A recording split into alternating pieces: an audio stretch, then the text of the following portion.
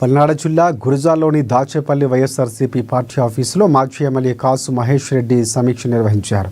Medical కాలేజీల ప్రైవేటీకరణకు వ్యతిరేకంగా వైఎస్ఆర్సీపీ ప్రజా ఉద్యమంలో భాగంగా రేపు 12వ తేదీన దాచేపల్లి నగర పంచాయతీలోని నారాయణపురం రోడ్డు నుంచి మున్సిపల్ ఆఫీస్ వరకు ర్యాలీగా వెళ్లి అధికారులకు వినతిపత్రం అందజేస్తామన్నారు.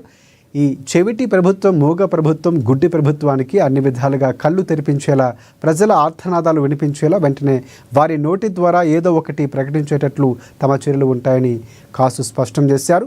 ఇప్పటికైనా చంద్రబాబు నాయుడు ఈ ప్రజా కంటక పాలనకి స్వస్తి పలికి 17 మెడికల్ కాలేజీలను ప్రభుత్వమే పూర్తి చేయాలని కాసు మహేష్ రెడ్డి డిమాండ్ చేశారు.